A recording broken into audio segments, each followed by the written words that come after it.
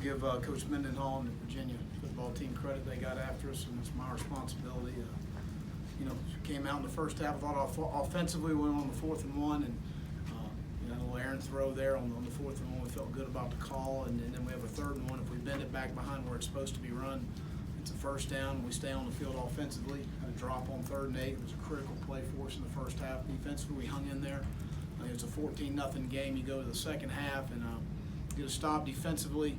You go 3 and out on offense and field position-wise against a football team like this. You're at the 40-yard line going in. We have 2 critical 3rd downs. We don't get off the field. That's really the telltale of the game.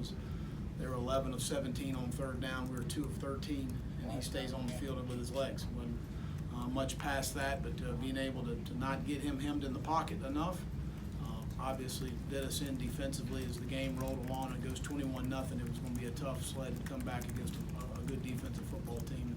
Got a lot of respect for that. Disappointed with the performance. I appreciate our fan base. We sold our allotment of tickets and we didn't put on a good show, and that's on me.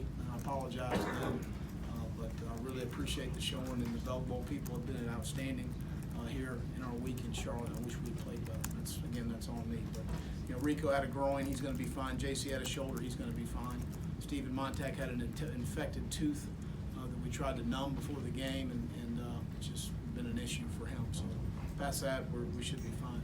Open up for any questions. Raise your hand. I'll point you. Let us know who you are. Who you with. First question, first row. Will, what was their defense doing that made it so difficult to operate on offense? Well, we moved the ball in the first half.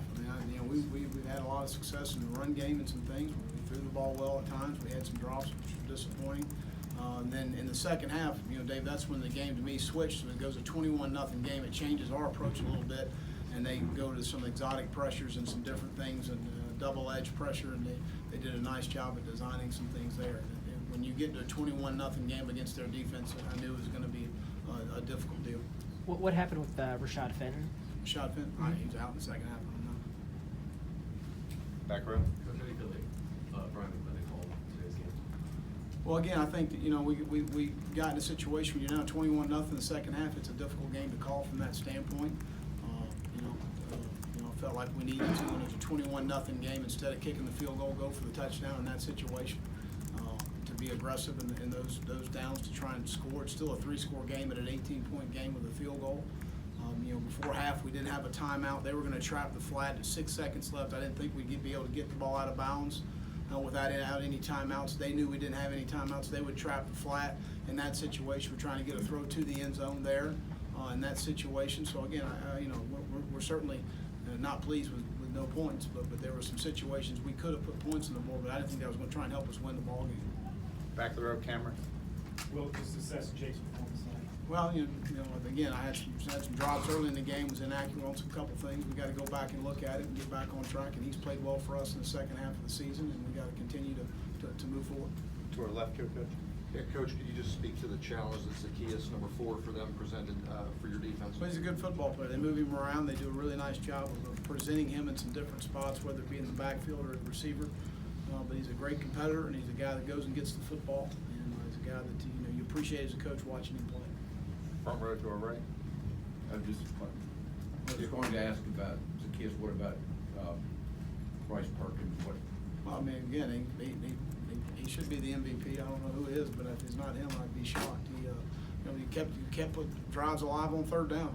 I can remember right off the top of my head 6 right now where his legs were the difference in the game. And we knew that coming in. We got to be disciplined on our rush up front.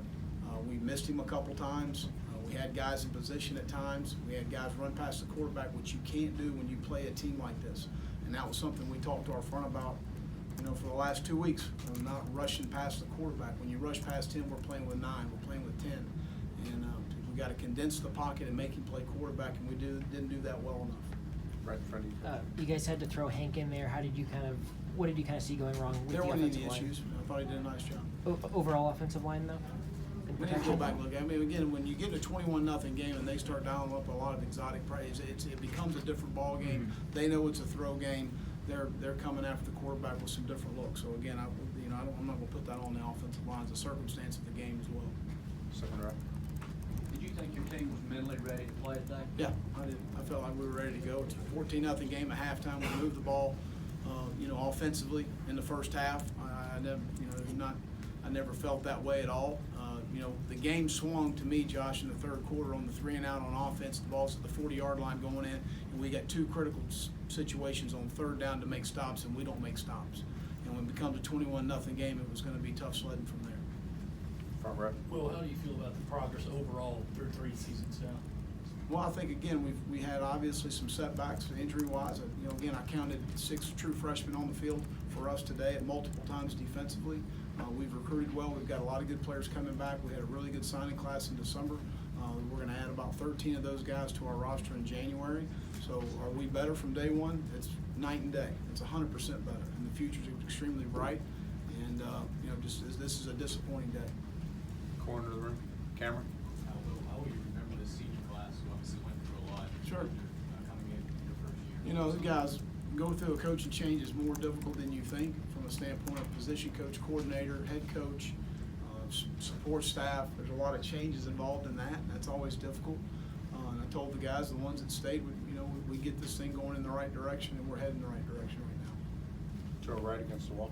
Coach, just sort of wondering what your message is to your guys. You mentioned the third down, but also the time of possession. Is that sort of what your message is to the guys to sort of keep their heads in the game?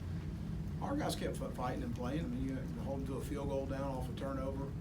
We get a turnover, then we throw a pick, and a long return down the sideline. Our defense goes back down and respond, and we've responded all year. It hadn't always been the outcome that we want, but from a response standpoint, a resiliency standpoint, our guys have done that. Second round. Coach, in the third quarter, you guys drive down inside the red zone, Virginia's red zone for the first time all game. You guys lose out on a 4th down throw.